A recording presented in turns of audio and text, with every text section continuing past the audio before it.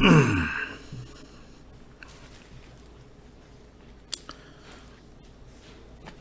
morning, good evening. Let us start with the opening recitations.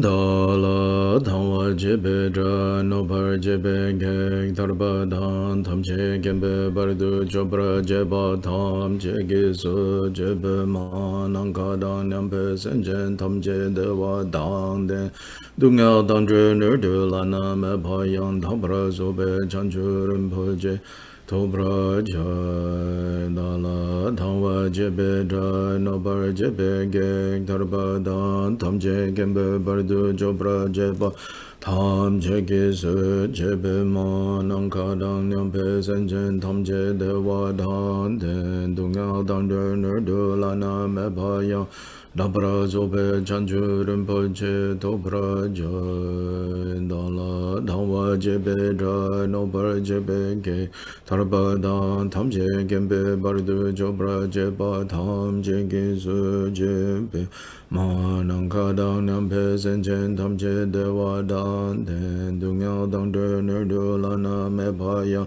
Dabra Zobe Chanchu Rinpo Je Tobra Jai De Je De Sama Geki Bardu Lunga Yisum Gewa Lago Mashi Bardu Lunga Yisum Gewa Lago Du Dirine Sunte Ne Ma Tsan Ta Samgi Bardu Lunga Yisum Gewa Lago Zonje Jodan Soge Jonam La Chanchu Bardu Dane Gyabsu Je Dagi Jinsu Gebe Sonange Drola Pencher Sanje Drubra Shu Sanje Jodan Soge Jonam La Chanchu Bardu Dane Gyabsu Je Dagi Jinsu Gebe Sonange Drola Pencher Sanje Drubra Shu Sanje Jodan Soge Jonam La Chanchu Bardu Dane Gyabsu Je Dagi Jinsu Gebe Sonange Drola Pencher Sanje Drubra Shu Manang Kadang Nyampe Senjen Tamje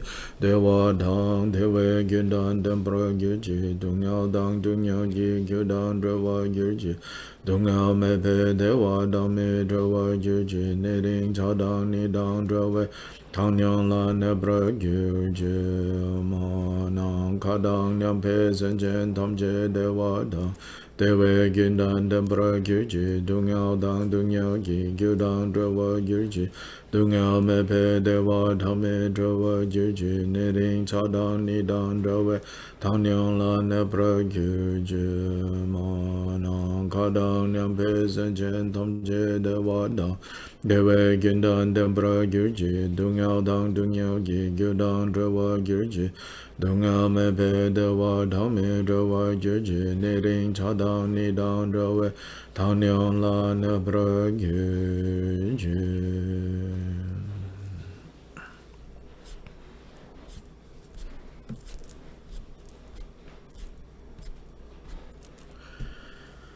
So now let's do the 7 branch worship, and we'll do it in the different languages in the different audio channels.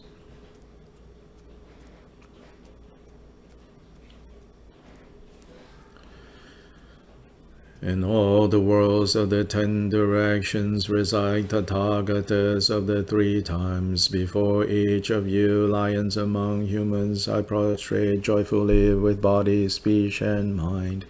By the power of this aspiration to noble deeds, all conquerors appear vividly in my mind, with as many bodies as there are atoms. In all lands I prostrate to all you conquerors. In each atom a Buddha as numberless as atoms, all in the midst of the heirs of the Buddhas. Thus I conceive of this Dharmadhatu as completely filled with you conquerors.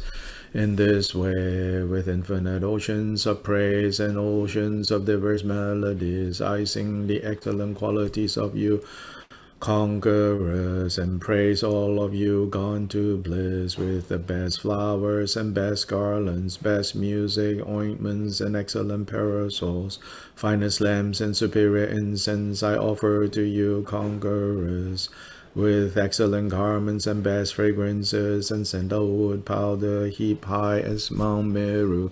All wondrous offerings perfectly arranged I offer to you, conquerors. These vast and unequal offerings to each and every one of you, conquerors, with the power of conviction in noble deeds I prostrate and offer to all you, conquerors. All the harmful deeds that I have done with my body, speech, and mind, under the power of desire, hatred, and ignorance, I confess each and every one of them.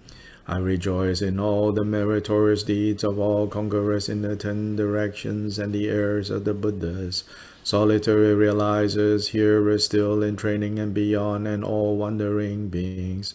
You who are lamps of the worlds of the 10 directions, who have unobstructedly attained Buddhahood through the stages of Bodhi.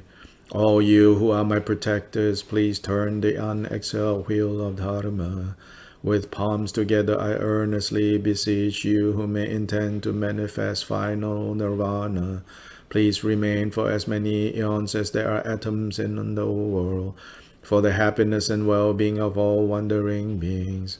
Whatever slight virtue that may have been gathered through prostrating, offering, confessing, rejoicing, requesting, and beseeching, I now dedicate to complete Bodhi.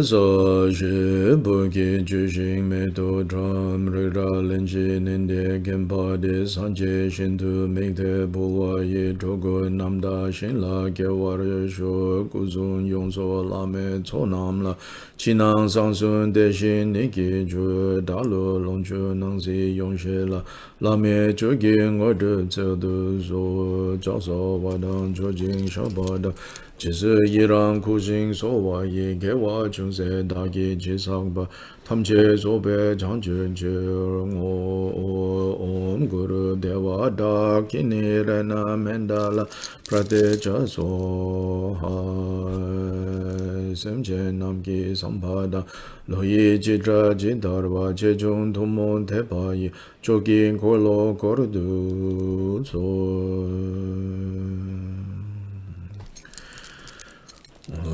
Durji chaman dele naro dama mi dabo padu jiden gong karin sun den sawe la me sha sa ju la ma yi dam chokyong la so wa de so da yu jen je la kya den gu do me sam len gen da pe dun sun yang la kya so me kya wa durji chang pa jiden gong pa sha la du du ta tu sang kyu kyo le me chin ji lo shi tu je je nen ge mun be ze ne kya sen de du do bre jen je lo hong wo jen ye jen no chang sang pe ma ge sa thong po la ya sen cho ge ngor de me pe ma ju ne she shu dang go du kan do ma pong go re ge ge je se da do ge jen je lo je she su su go ru pe ma se de hong o men jo ken ye ke po dang ne du sun san je kun jing go wo ne rang sen chung gu won sun don ze ba za wei la me sha la so wa de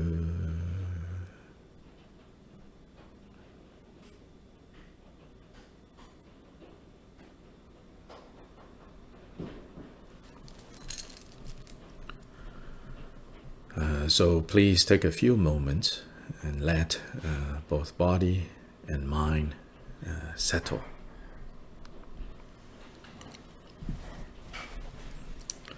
Letting body and mind settle naturally. Trusting that when you leave body and mind alone, meaning not getting involved with it, but not leaving alone in the sense of ignoring it.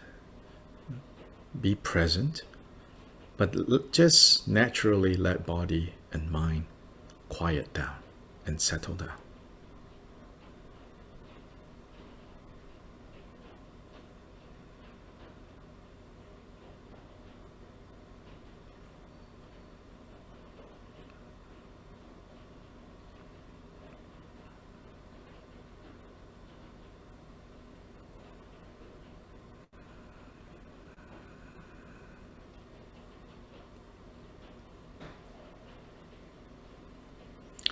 You can use your experience of breath as a method to help body and mind settle. So you might want to direct your attention towards the experience of breath. You don't need to direct your attention to breathing. Breathing is something that the body does naturally, as long as you're alive. And so here, it's not trying to control your breath, but to turn your attention to the experience of breath.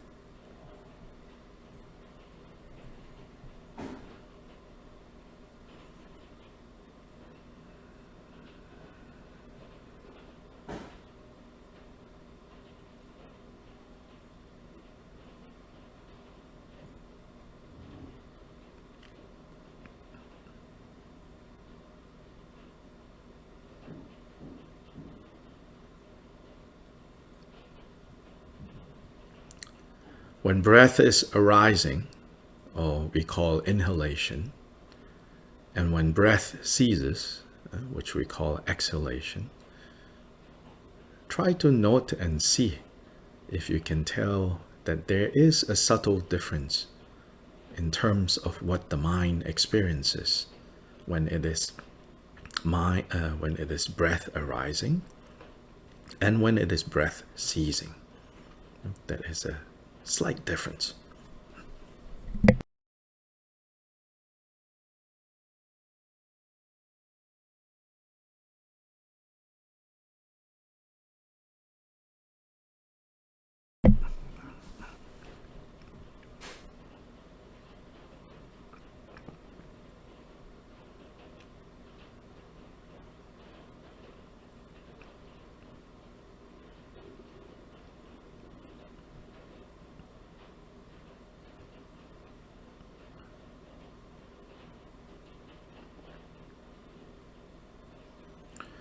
So you should have some curiosity about breath as a way to engage the mind.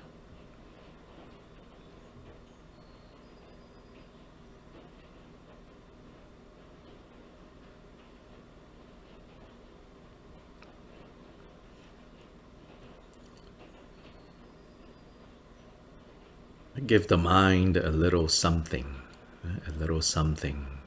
to be interested in. In this case, it is a skillful object for the mind to be interested in, which is the natural experience of breath arising and ceasing.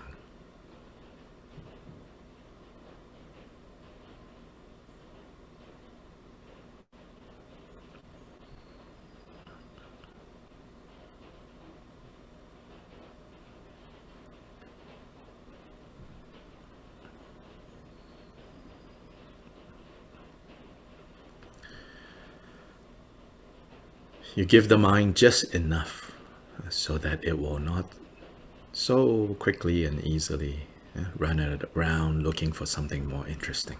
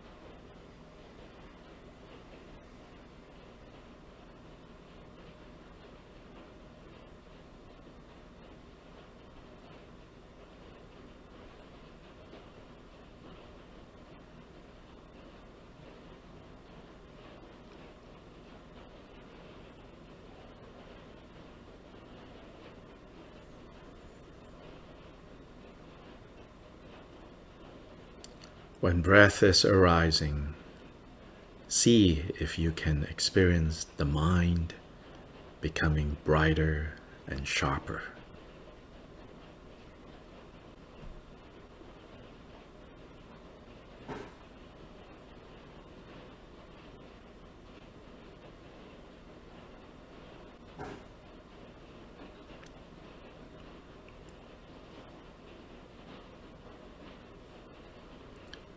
In fact, scientifically, we know that when breath is arising, when we're inhaling, our blood pressure goes up a little bit.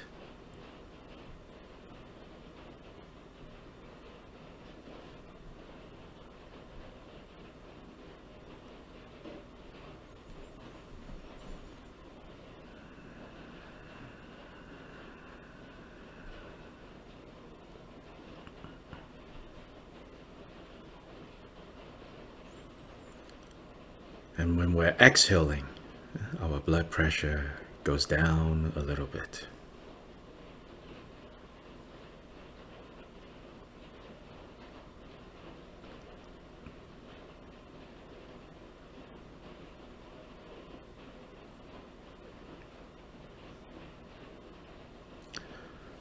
So this natural cycle of our blood pressure increasing slightly, decreasing slightly, with every breath coming in, going out. This is the natural cycle, natural functioning of the body.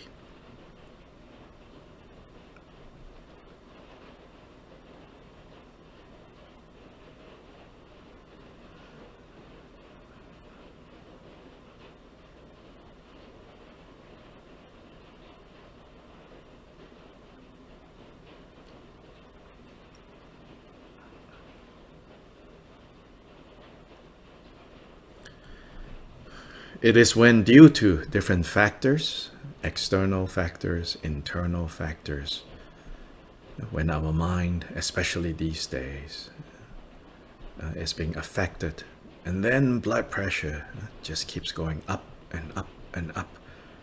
That is when the internal system is now out of balance. Or in some cases, blood pressure dropping. That's also when the internal inner balance is off. And so then we have all kinds of problems that arise from there. And especially with ordinary beings like you and me, once the body is upset, the inner balance of the body is upset, then the mind even becomes even more upset. And then this vicious cycle, this circling, this intensifying of samsara keeps going on and on and on, becoming more and more inflamed. So the Buddha says, the world is burning, the 5 aggregates are burning, the 6 senses are burning, everything becomes inflamed.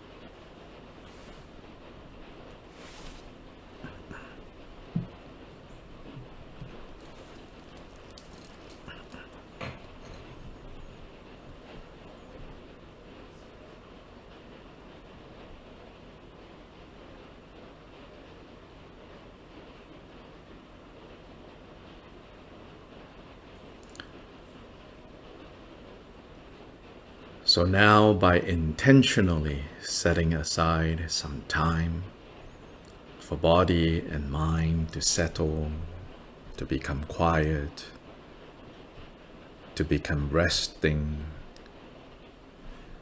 by relying on breath and using breath as an object, we can begin to recalibrate reorganize the internal system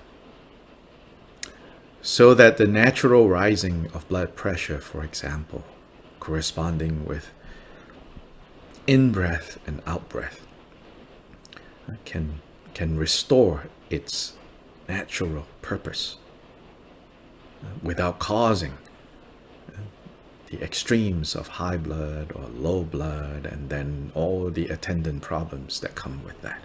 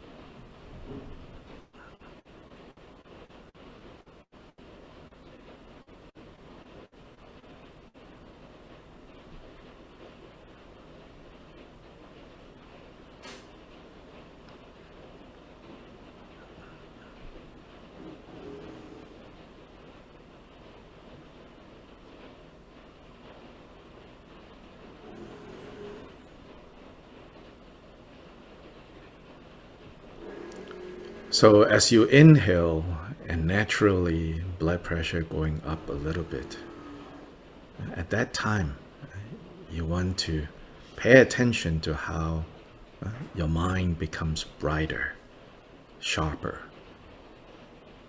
So what you're doing is you are connecting this slight rise in blood pressure with the brightening of the mind.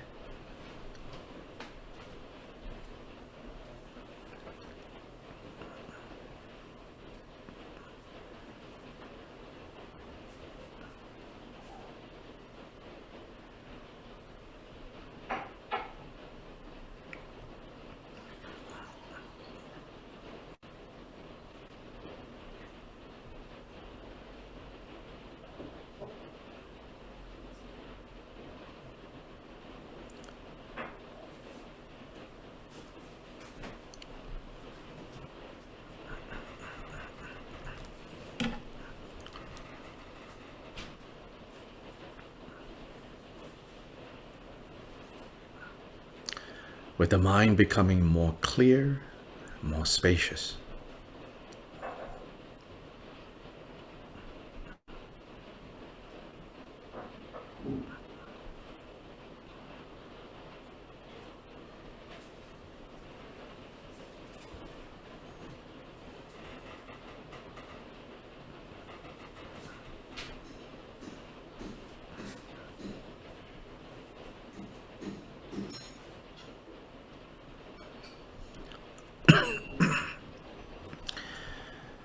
And when you exhale, and the blood pressure decreases a little bit, there, pay attention to how the body becomes at ease, and becomes comfortable, and relaxed. So now we associate this slight drop of blood pressure with the body becoming at ease, happy, and contented. So in this way, we begin to train with breath coming in, mind becoming bright, breath going out, body settling at ease. So then each inhalation and exhalation becomes a method for body and mind to settle into their own places and to settle naturally.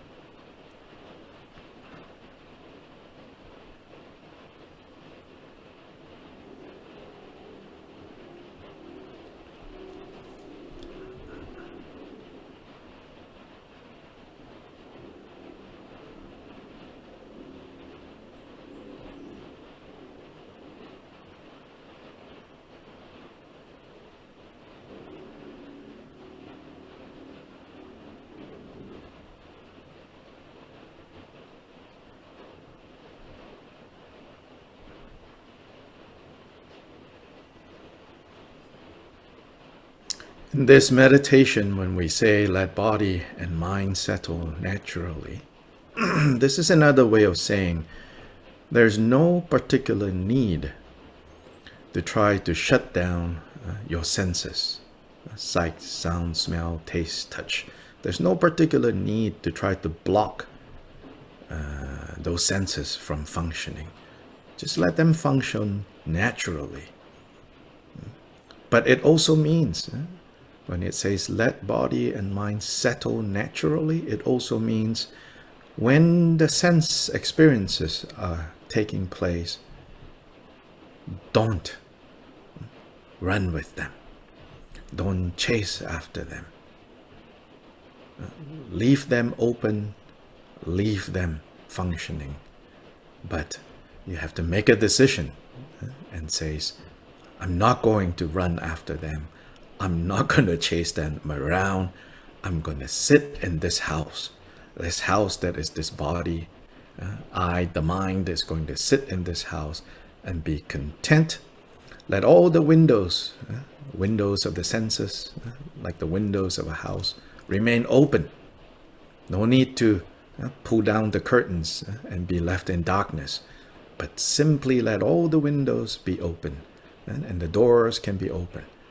But no matter what is going on outside, you make a decision and say, right now, doesn't matter what is going on outside. I'm going to be happy and content in this house.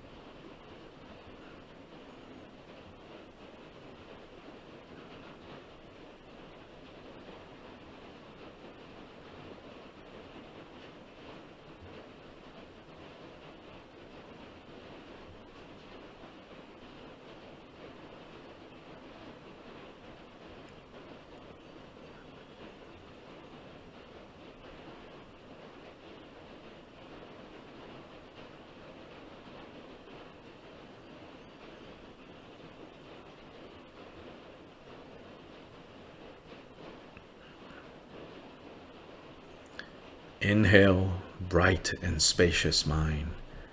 Exhale, at ease and relaxed body. Inhale, bright and spacious mind. Exhale, at ease and relaxed body.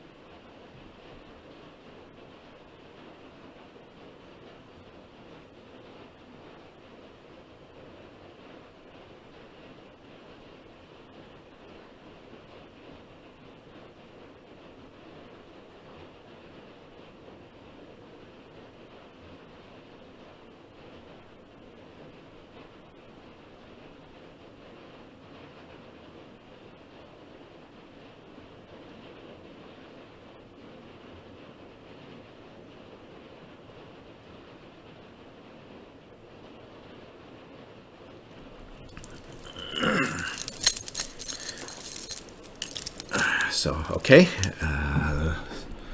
Let's see. Maybe there are some questions or comments.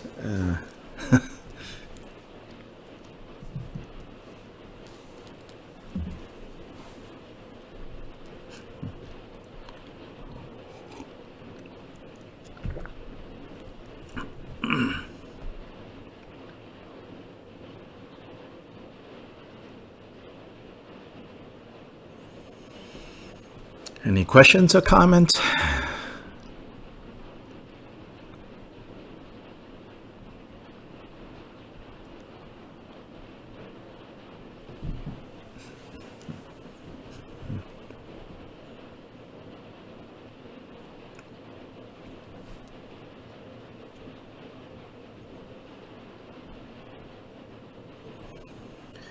Maybe most of you have already heard many times. Yeah?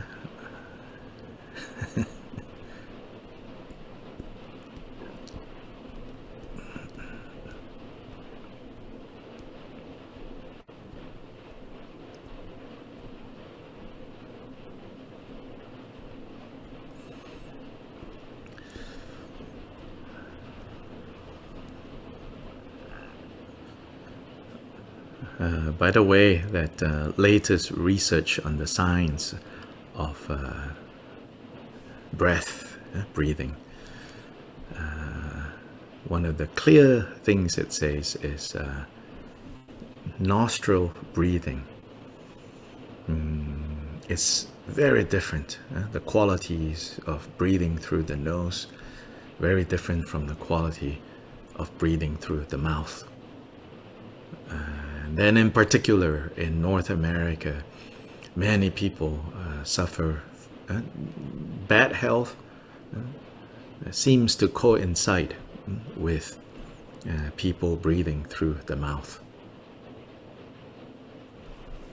Coincide, okay? The research is careful not to say that definitively is caused by breathing through the mouth, but there is a coincidence, a correlation between bad health, mental, physical health, and breathing through the mouth.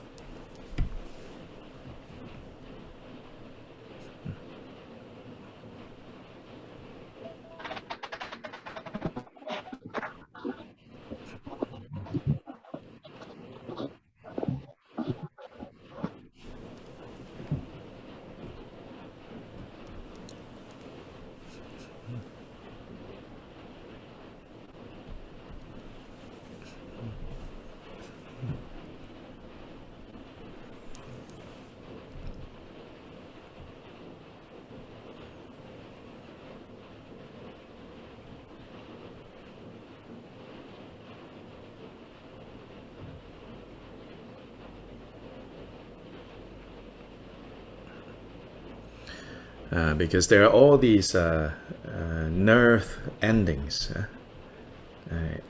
in our nasal passage, left and right, and even left and right, there's this nerve endings that are related to different things. So furthermore, they've also discovered right now that even breathing through left nostril and breathing through right nostril, there are differences because they are touching, they are passing through different nerve endings. So for example, they found that generally speaking, the left nostril is the kind of the calming effect, and the right nostril is the activating. So this is related to our nervous system, which is those two parts to the nervous system, the fight and flight part of the nervous system, and the resting nervous system, rest and repair. So left and right nostril seems to also activate differently. So now, there is some kind of scientific information to, for example, illuminate why in the instructions on dying, on how to die, or not how to die like kill yourself, but a good way, when you are dying, it says that the posture you should have is to lay on the right side, and then with your little finger block your right nostril. So this is taught, even in like Lojong 7 points text in the commentary. It says, this is how the position you should adopt when we're dying. So now we maybe have some kind of scientific information as to why block the right nostril. Because between the two, in a very subtle way, left is related more to resting, repairing, calming the mind.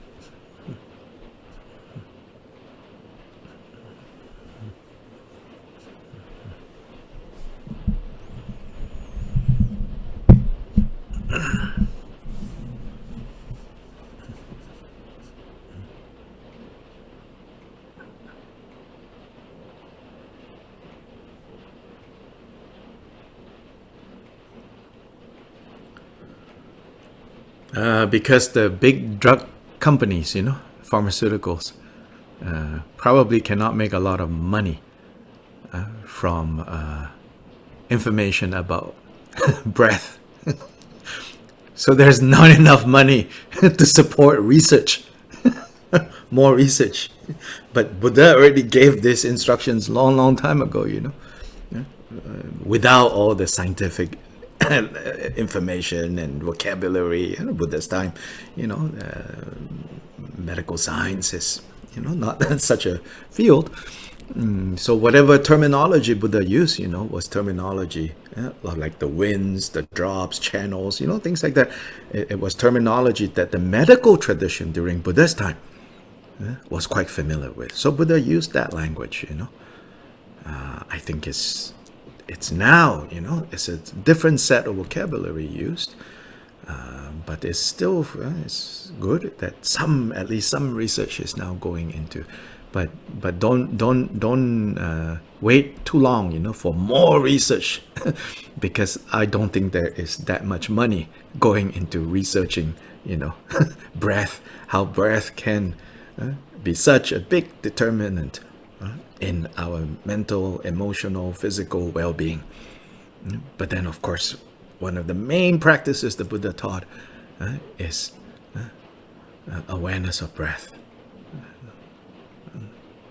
The anapanasati, right? Developing awareness, developing presence presence of mind, using breath as the primary object, and then from breath to body, then to sensations, then to subtle states of the mind, then to all experiences. These are the four, what's called the four foundations of awareness, of mindfulness, for establishing presence of mind.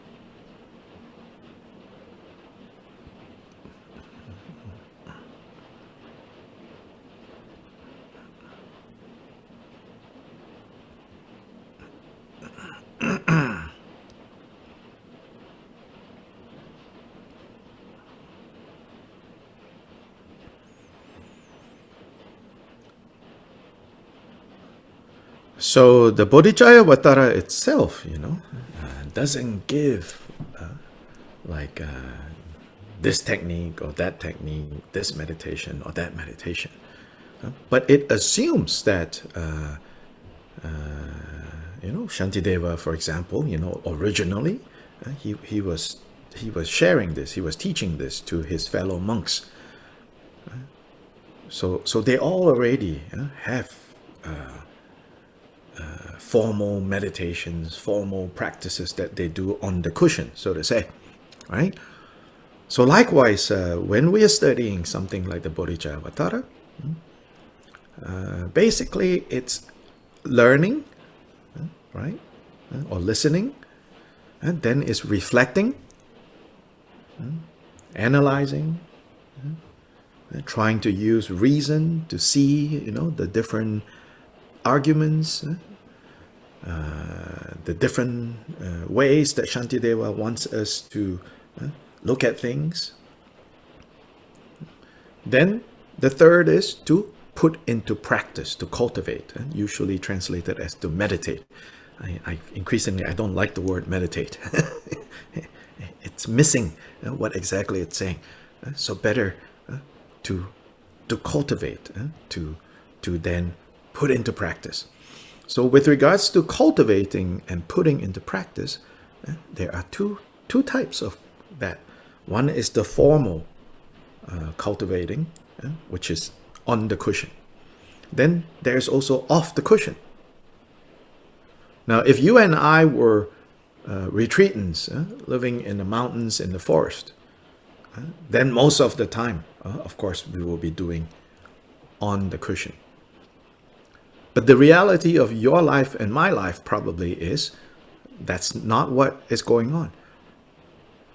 So then we need to not forget that to cultivate, there's also off-cushion cultivating. which is to be able to bring these teachings, to illuminate, to shine a light, like a flashlight, like a torchlight, to shine a light on situations that arise for us in our day-to-day, going about our lives. We have to insert these teachings in there and say, let the teachings clear up this situation so that we can see clearly. And then hopefully we make better choices, better course of action. So this chapter 5 on vigilance, on vigilant introspection, right? It's about appreciating the importance of the mind being watchful, watchful of all the ways in which it can fall back into these habit patterns. These habit patterns that create suffering. And to be watchful about that.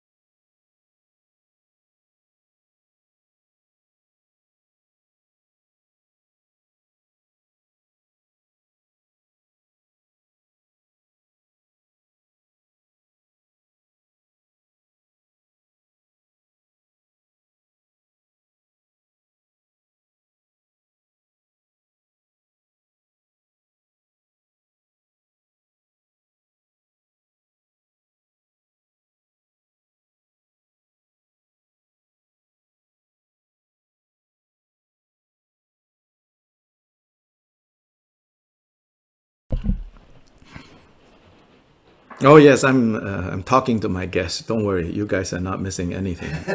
Venerable George is here, a good Dharma friend.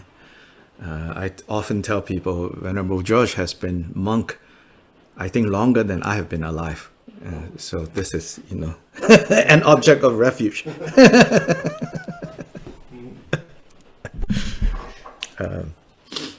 So anyway, now. So this this chapter on chapter 5, you know, as always pointed out, it is the basis for successful practice of disciplined conduct, of Shila. So, of course, the practice of Shila, of disciplined conduct, is disciplined conduct of body, speech, and mind, right? And in terms of the specific do's and don'ts, the prescriptions and proscriptions that the Buddha gave, whether it's the 5 lay vows, the 8, the 8th, this monthly full moon, new moon, the 8 vows, the 10 vows of novices, all the way up to all the Bodhisattva trainings, the Tantric Samayas, all of that. It kind of, the tendency is about more physical and speech, but don't mistakenly think, you know, that you can just control physical actions and speech without understanding that what underlies both physical and verbal activities is mental movements. And so this chapter, chapter 5, is about how do we provide the mind with guards, with a security system. So this is the security system called, in the translation that I'm using, it's called vigilant introspection. Another way of putting it is attentiveness and mental scrutiny. To scrutinize, to be attentive.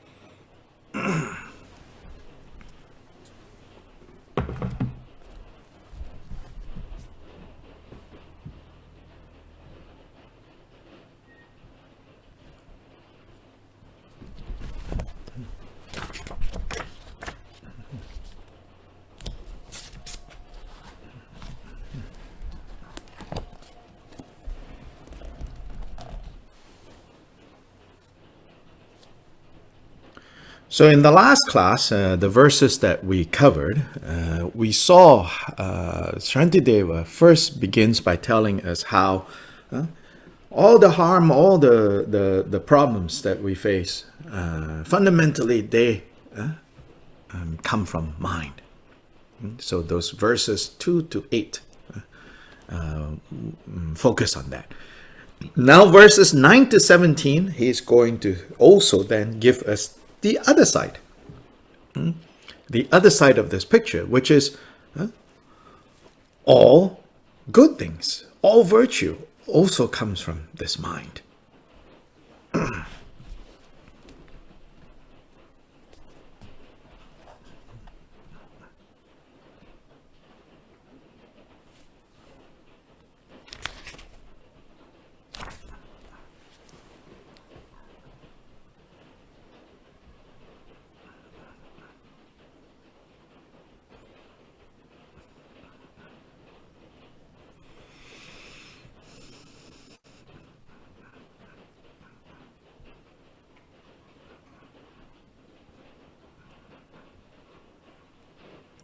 So here you can say, you know, Shantideva takes a very practical approach to using this word, this idea, mind.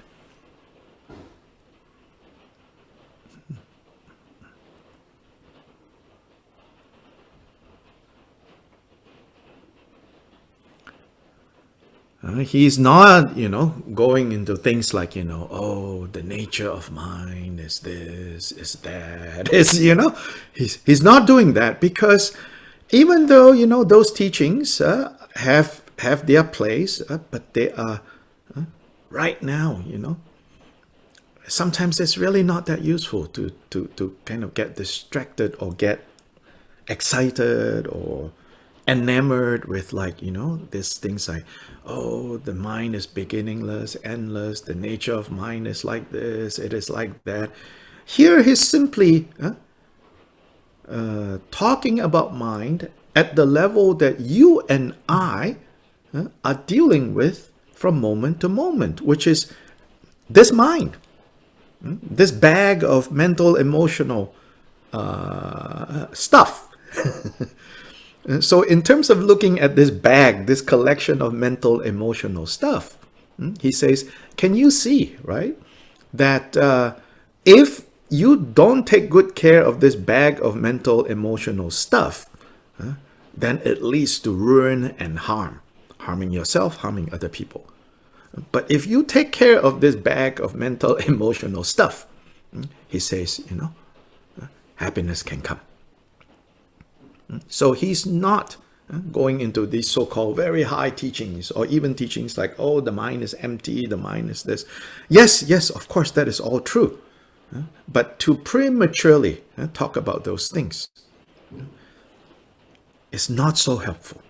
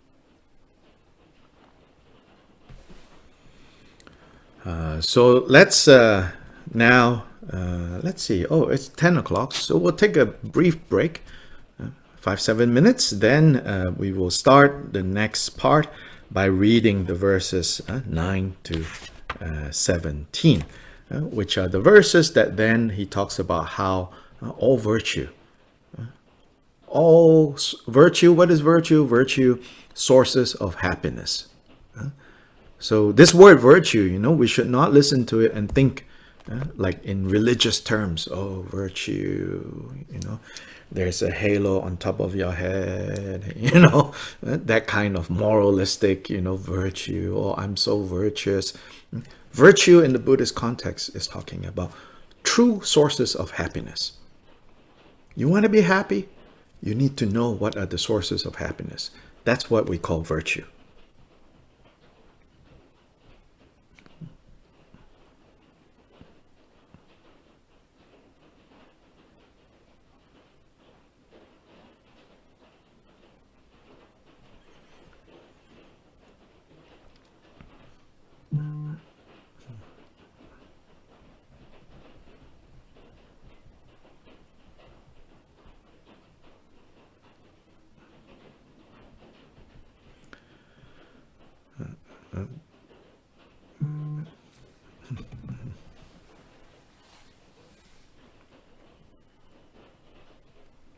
Because especially, in religious context, we hear these words, vice and virtue. Oh, then we think, it's about judgment. Or you're a good person, you are a bad person, And sometimes not even about judging other people. We judge ourselves. I'm a good person. I'm a bad person. I want to be a good person. Oh, I don't want people to think I'm a bad person. You know, this is not exactly what the Buddha was interested in. The Buddha has no judgment on people.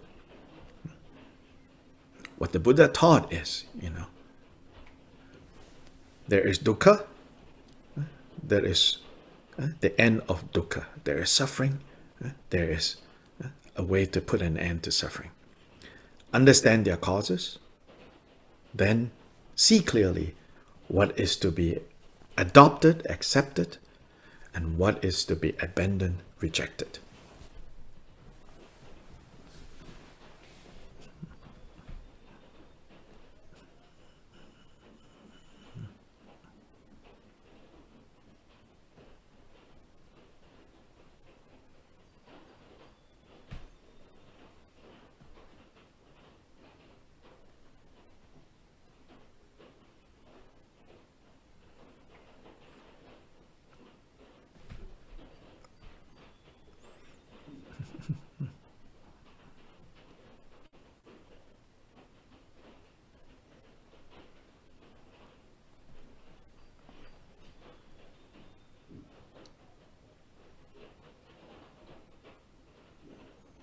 So we'll take a quick break now.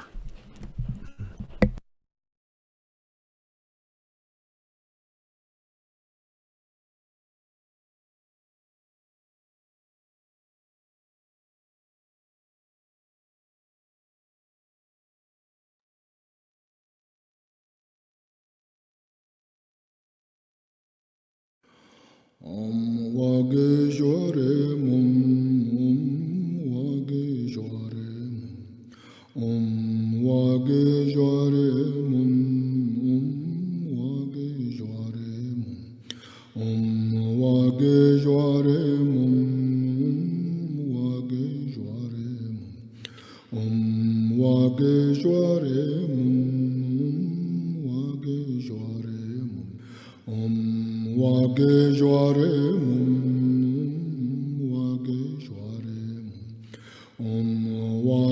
Jore Om Wage Jore Mum Wage Jore Om Wage Jore Mum Wage Jore Om Wage Jore Mum Wage Jore Om Wage Jore Mum